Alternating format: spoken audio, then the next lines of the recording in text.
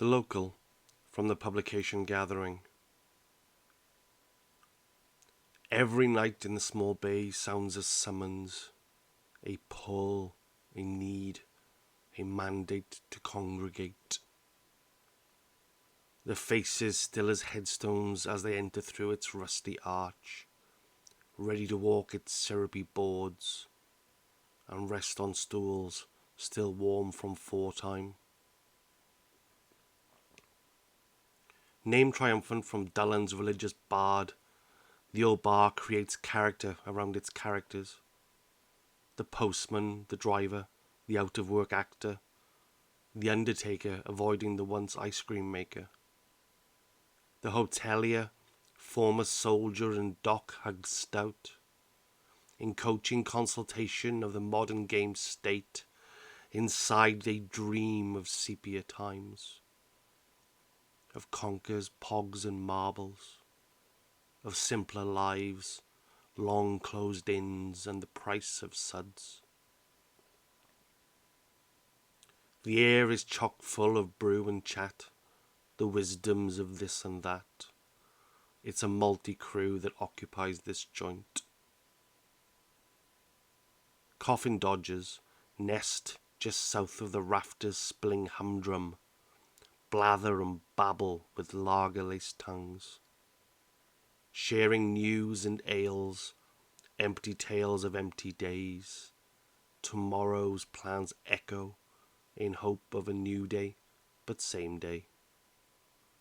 The round table reminds them of drinking at Arthur's, and they all face extinction at the next good frost. Each day evolves to a picture of itself. Time lapses in stills, again and again, same seat, same ale, same shirt, same tale, same frown around the socialist's nouns. At the bar, a squat weasel frets on heads on pints, measuring each pot's lid with acid eyes and a vulture smile, returning to toast his extra dab with the toddler's buzz, while the bar staff dream of reading his prompt obituary. Each night he returns to sit with false friends, his real ones cupped in a shot glass.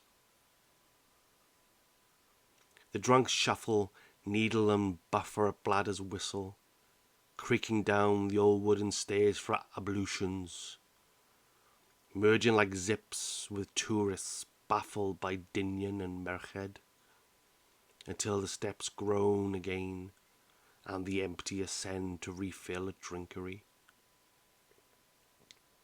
In the corner, the butcher and undertaker people watch this debris, this botch and clutter, the lifelessness of life, its daughters and sons, the vain self-importance of flotsam and jetsam, unwanted parables of local folks, serial stories of local jokes.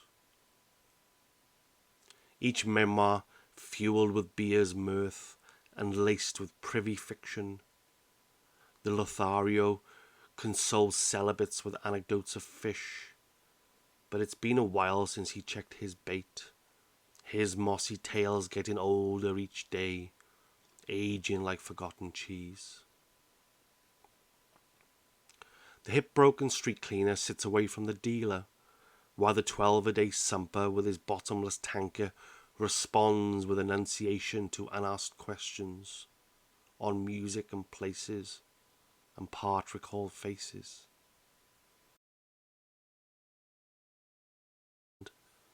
His silvery skin blooddened by sun, his ivory cheapened, his narrated prescriptions never written down. A millionaire pigeon hovers over dinner plate remains, his eyes wide with slobber and lust and fuss, his heart always nourished by a free meal that could clog the hole made by absent self-esteem. From just around her caruncle, a one-eyed nurse spies on fossils swapping teeth and quarrel who had the better lunch. Each set, though, fits like a snug driver's glove and were bought at the same discount shop's counter. The sweaty buzzard, domino-toothed and recedingly capped, reads the news to the pacific faces of the soon-to-be dead. This one wears more pocket pins than pattern on a shirt whose colour is long lost since last divorce. And the council worker at pulpit pontificates his deeds to bankrupt ears, while his flocked in sit-ins peek upwards throughout the champion's prose. The chasm of ignorance sprouts to abyss. The angular man returns with his wife. Her face is tough and spare of joy, like lipstick on an Easter Island head, and with all the warmth of an Arctic trout she's cleared more tables than last order's knell. They'll hold her Catholic commendation canticle by candle in a phone box, for all who love her to see her absolution. There's an art to dying well. Outside, the smoggy smokers work hard to form a buttermilk sky. There's a guzzler here who's just throat and legs, swaying like a landlocked pirate. His face is slate with saggy eyes, his smoking claw ready for another to grasp between bile-stained fingers.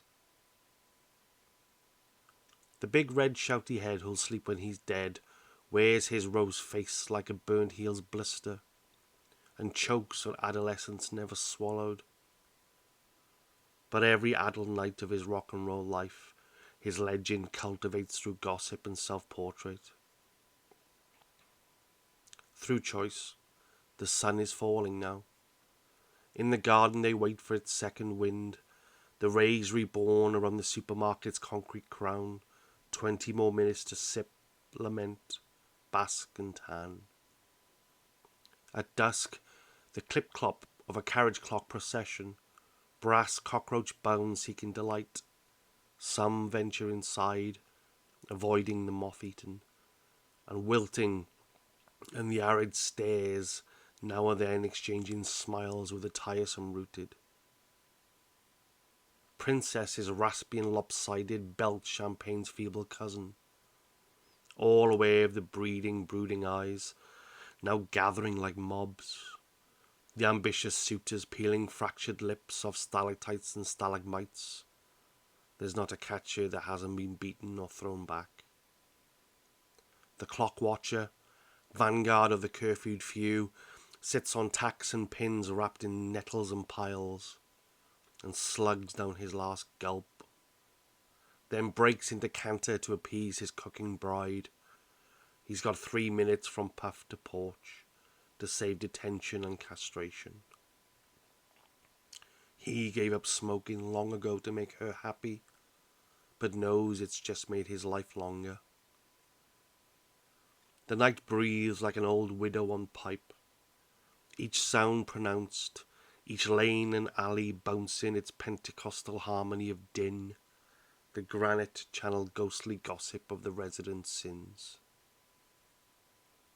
Young lovers burrow in need into poorly lit crannies. Dew-dropped-eyed and sticky-palmed, they flounder with glasses and grasps like chess pieces. Shaking with fear, he wants to make her feel so very special this lusty night. But she's been practicing mattress back for a while now. In his pocket he nurses a ring. His father told him he can't be happy forever. At last Carillion, the tavern turns to husk, now void of dwellers, empty chairs for empty tables, silent as gulls jetty on the lapping, allayed bay. With the old gates now chained beneath its flaking bow, its congregation is scattered to the bay air like lint. The old tavern breathes and sighs, pulling curtains across its tired eyes. Each night, the moths return to their cherished lantern, this fermented hollow of oddments and remnants, leavings and unwanteds, where bugger all happens and bugger all changes.